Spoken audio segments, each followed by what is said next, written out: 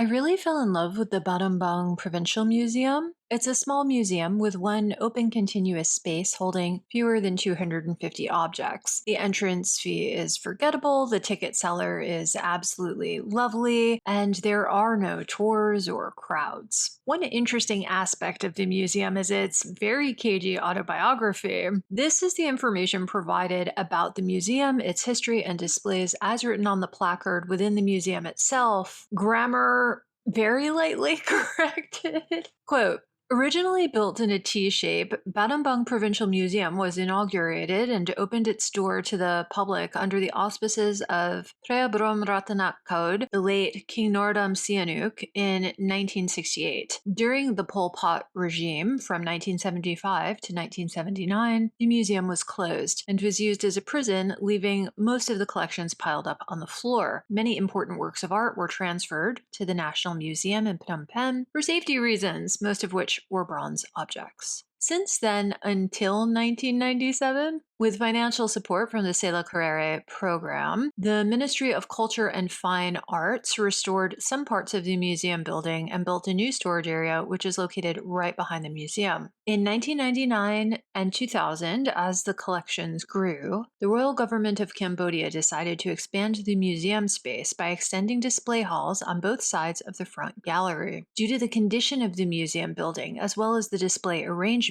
in 2015, the Ministry of Culture and Fine Arts, with financial contribution from the Friends of Khmer Culture Incorporated, a nonprofit cultural organization based in New York, began to renovate the building and reorganize the display as we see it today. The exhibition is organized with a new display concept which focuses on collections originating from Battambang province. The purpose of the exhibition aims to provide general evidence of the civilization in this region, such as Lang Spien, one of the oldest prehistoric inhabitant sites in the country, and other archaeological remains dated from the Angkorian period to the mid-20th century.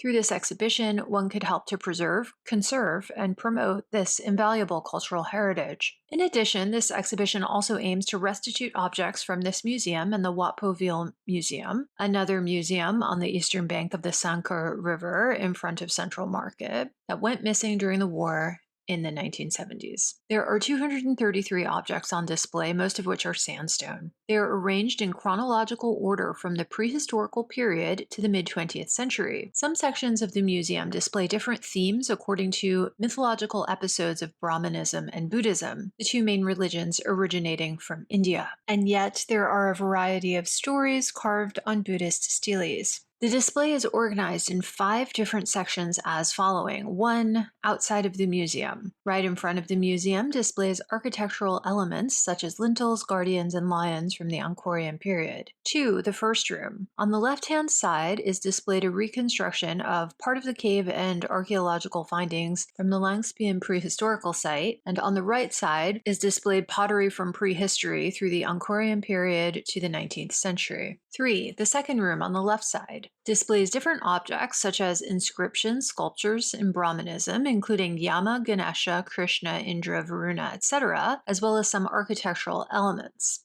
These artifacts can tell us about ancient society, politics, and religions during the 10th to 12th century. 4. The third room. The central part displays different types of objects from the two main religions, Brahmanism and Buddhism, and they are dated from the pre-Angkorian and Angkorian periods. The front part displays the 3 main gods of Brahmanism. Brahma at the front door as a welcome sculpture, Vishnu figures depicted in the form of bas-reliefs on lintels and as sculpture, and Shiva appearing in phallus and anthropomorphic forms. The backside of this gallery displays Buddhist triad steles, consisting of 3 main deities, Prajna, Paramita, Buddha, and Lokeshvara. 5. The fourth room on the right side. Continuing from the backside of the central room, this gallery displays deities from Mahayana Buddhism in the 13th century during the reign of King Jayavarman VII, along with god and demon heads representing the scene of the churning of the ocean of milk.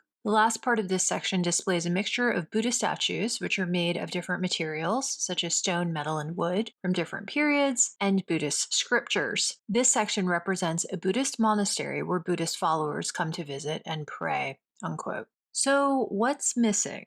An honest history of the museum, I'd say, which I found very interesting when I looked up, and this video is to provide you with that context. First, they've totally erased the role of the French, in particular the eminent French scholar Madeleine Guiteau. Guiteau deserves a video of her own, and I hope I eventually get around to it. But to summarize, she was an FAO, so École Française d'Extrême-Orient historian, and the last French curator of the National Museum in Phnom Penh from 1956 to 1966. She wrote seminal works on history and art history in the region. Her 1956 History of Cambodia, for example, is still used as a textbook today, as is her 1965 Khmer Sculpture, 1974 History of Angkor, 1975 Iconography of Post-Angkorian Cambodia, etc. Further, she was engaged with the subject for over 50 years. Her first paper with the FAO was published in 1950, and her final book, which she published at 82 years old, I find that very admirable, was the equally important 2001 Art and Archaeology of Laos.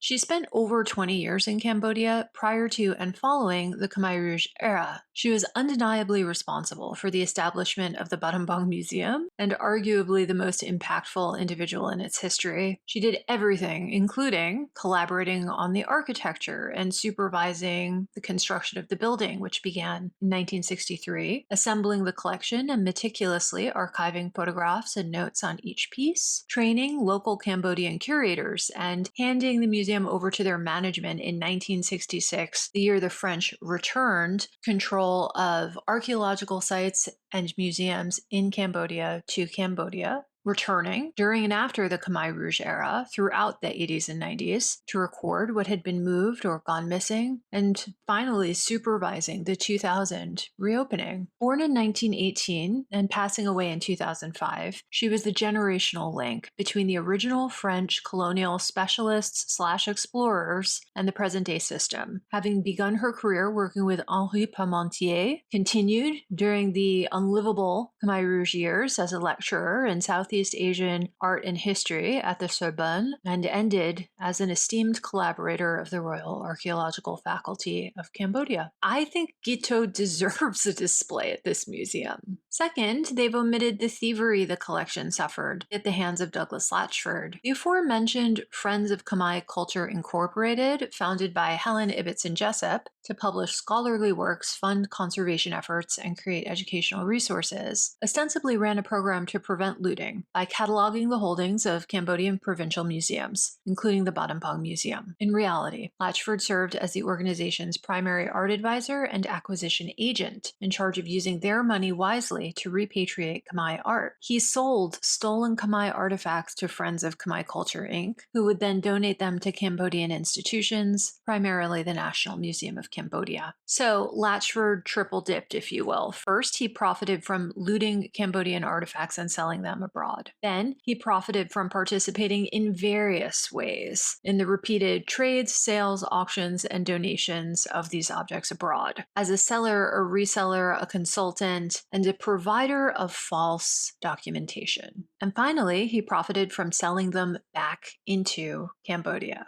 Emma Bunker's academic credentials provided scholarly legitimacy to his collection and activities on the artifact's way out of the country. And Helen Jessup's did the same job on the way back in. The expansion of the Battambang Museum's collection in the 90s and 2000s was, ironically, funding continued looting and illicit trading in Khmer artifacts. Mostly, Latchford relied on falsified provenance documents, which likely worked because neither curators nor collectors really wanted to know the truth about where their Khmer artifacts came from. When caught more or less red-handed, Latchford, but also his associates, Adrian Maynard at Spink, Martin Lerner at the Met Museum, Nancy and Doris Weiner, Emma Bunker herself, wouldn't deny looting. They would just pretend there had been an honest mistake, or they were, in fact, victims, and that someone else must have done the looting sometime in the past, during the Cambodian Civil War, during the Khmer Rouge era, even 100 years ago, before the French made laws against it.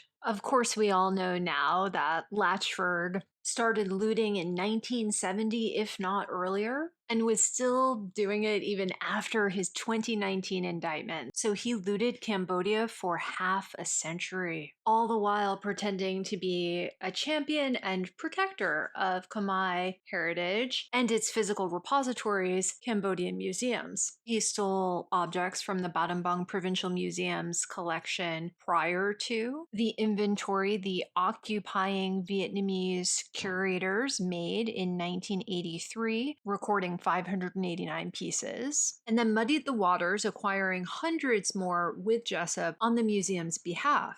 By 2011, there were 1,176 works of art in the Battambang Provincial Museum's collection. And I doubt it was a coincidence that, in addition to fixing roof leaks and installing a new lighting system and the absolutely inexplicably, terribly translated and flawed current signage, Friends of Khmer Culture Inc.'s 2015 makeover of the Battambang Museum reorganized the displays, re-inventoried the collection, built a new storage area with new security measures. It's really quite the coincidence they started all this at the very same time. The National Museum of Cambodia's Conservation Department started researching the UNESCO publication Missing Objects from the Wat Poville and Battambang Provincial Museums by painstakingly auditing the collection in both Battambang and Phnom Penh, checking it against Guiteau's original inventories, which were donated back to the FAO in 2009,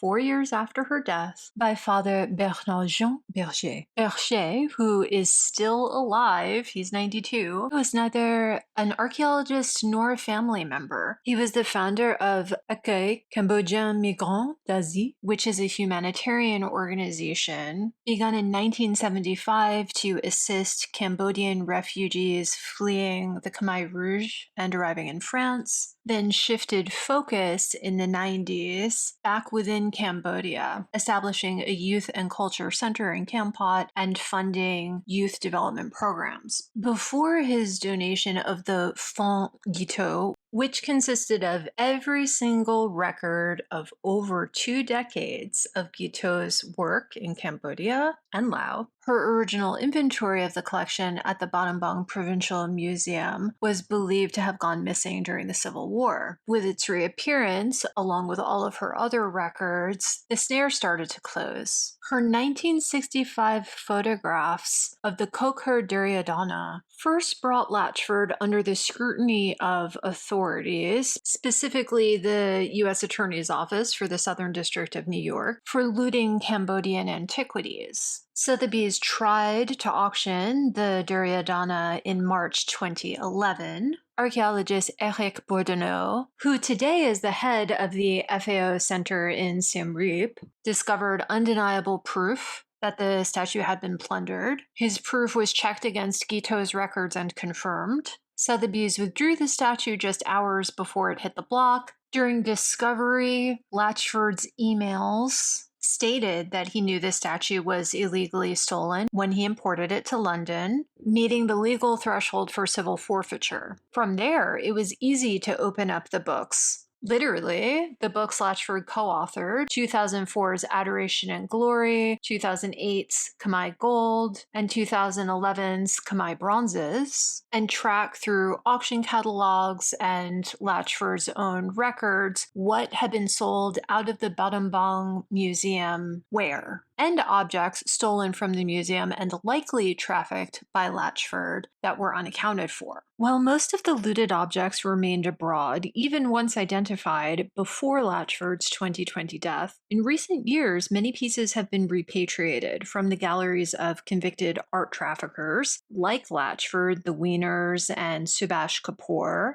from the homes of unwitting billionaires and diplomats like the Clarks, Zelnicks, and Lindemans, from world-class museums like the Metropolitan Museum of Art, Smithsonian British Museum, V&A, National Gallery of Australia, and Musée Guimet. I obviously can't take the time for this video to look into every single object, but at least according to ChatGPT, Of the roughly 2,200 looted artifacts that have been repatriated to Cambodia, literally two-thirds, 1,456 apparently, have returned in just the past 3.5 years, between January 2023 and the present day, June 2026. Things are coming back all the time now, most recently, literally 3 days ago as I'm recording this. The most recent repatriation of an object originally in the Battambang Provincial Museum collection happened in July 2024. And at present, fewer than 20 objects in total remain missing from the Battambang Provincial Museum, Wat Poville Museum, and Angkor Conservation Center collections. That said, 20 objects probably isn't everything that's missing, only what could be proven missing with photographic evidence from Guiteau's archives and the testimony of a couple of her colleagues who miraculously survived the Khmer Rouge era. Objects that entered the collection after 1966 and went missing before 1983 are unaccounted for, their records having been destroyed when the museum was turned into a prison by the Khmer Rouge, as are an unknown number of objects entrusted between 1983 and 2014. One depressing piece of trivia is that Latchford was never unwelcome in Cambodia. His high honors were never revoked. His citizenship was never revoked. He was never banned from entering the country. His last personal trip to Cambodia was in 2012, but he didn't do it alone. Only after his death did they go after his estate, so his sole surviving daughter, for an agreement to return his $50 million collection of Khmer art and payment of a $12 million civil penalty, which I find absurd. It's absurd that through surrogates at his charity, he was allowed to play around with security systems at a museum he looted. At the very same time, evidence against him was being reviewed by Interpol. So absurd, honestly, I interpret it as a tacit admission of complicity. Somewhere along the chain, maybe pretty high up. Latchford, Bunker, and Jessup are all dead. None of them faced prosecution in their lifetime. But that's Cambodia for you.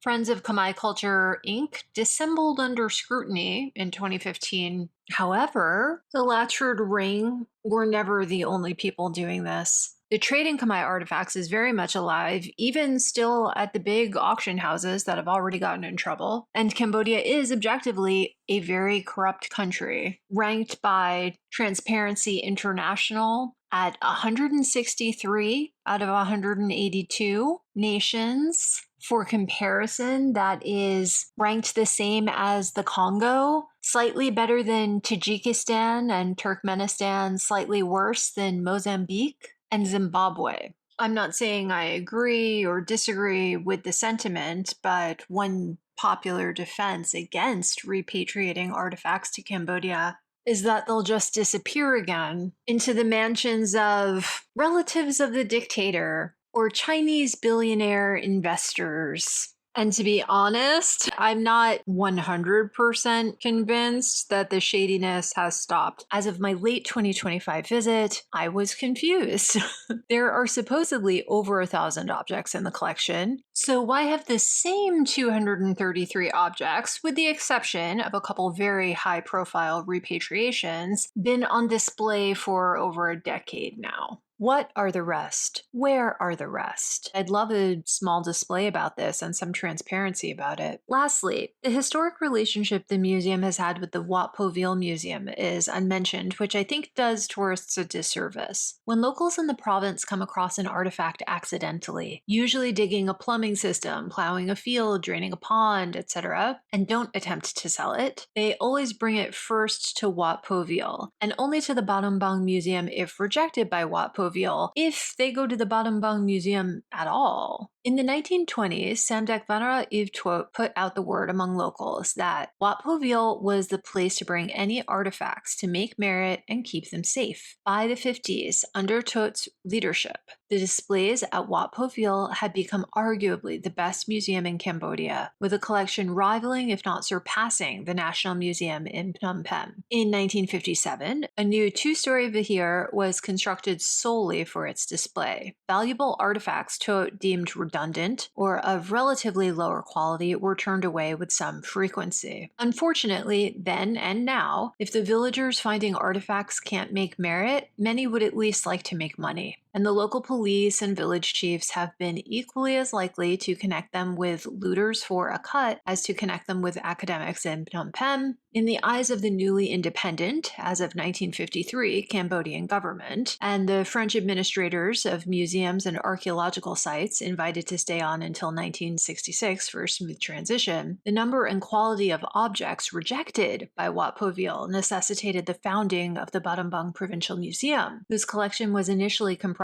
entirely of unwanted Wat Po Viol donations. In his later years, having seen the progress and investment in the Provincial Museum, Tuot petitioned to have Wat Po Viol also officially recognized as a state museum. Madeleine Guiteau, already in Battambang, was dispatched to organize and catalog Wat Po Viol's collection and get the displays ready for the public, which she did in 1965. The Wat Po Viol Museum officially opened in 1967 and the Battambang Provincial Museum in 1968. Unfortunately, Wat Po Viol's once vast collection has been inaccessible to the public since the beginning of the Cambodian Civil War and was totally decimated by the 80s. Artifacts suffered various fates. Many were transported to the National Museum at various points, others were looted, still more were buried for safekeeping, then lost when whoever buried them was murdered by the Khmer Rouge. During the Khmer Rouge era, the building was used as a kapak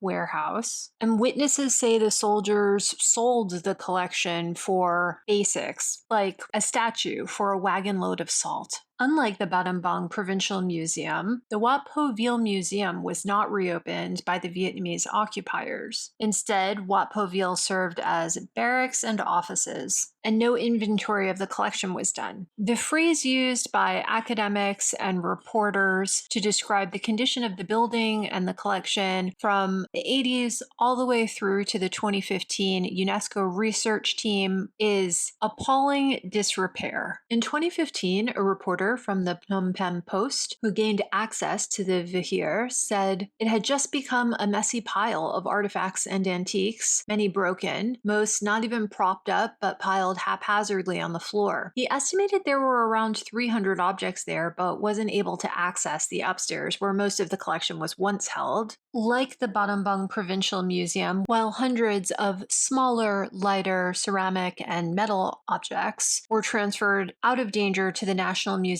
in Phnom Penh in the 70s, the heavier stone sculptures left behind got looted. The UNESCO team identified 38 objects present in Guiteau's inventory missing from what was once the Wat Po Viol Museum. Like Guiteau, the mysteries of the Wat Po Viol Museum deserve their own video. So without getting into all the details, it's a bit of the same old story. 4 masterpiece level antiquities were discovered just by looking at photos of Latchford's London and Bangkok apartments. Back to the reporter in 2015. Most disturbingly, when asked what she said to people looking for the museum, the caretaker said no one ever asked.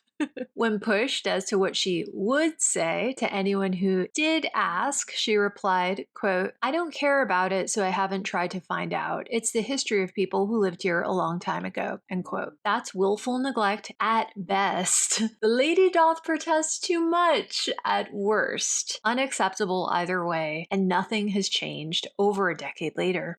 Although visitors can't access the Wat Po Viol Museum at the moment, they can take clear photos of its treasures through broken glass windows like these taken by Andy Brower in September 2025. Hardly a secure situation. I think acknowledgement and spreading awareness at the Battambang Provincial Museum, the museum the public actually can access, would promote the repatriation of objects to both Wat Po Viol and the Battambang Provincial Museum, encourage the moral handling of any future discoveries by locals, and maybe even encourage charities or sponsoring businesses to get involved in fixing up and reopening the Wat Po Viol Museum, or at least relocating what is left there of its original collection to safety. So I hope you enjoyed this little video, what the Battambang Provincial Museum doesn't tell you. See you next time.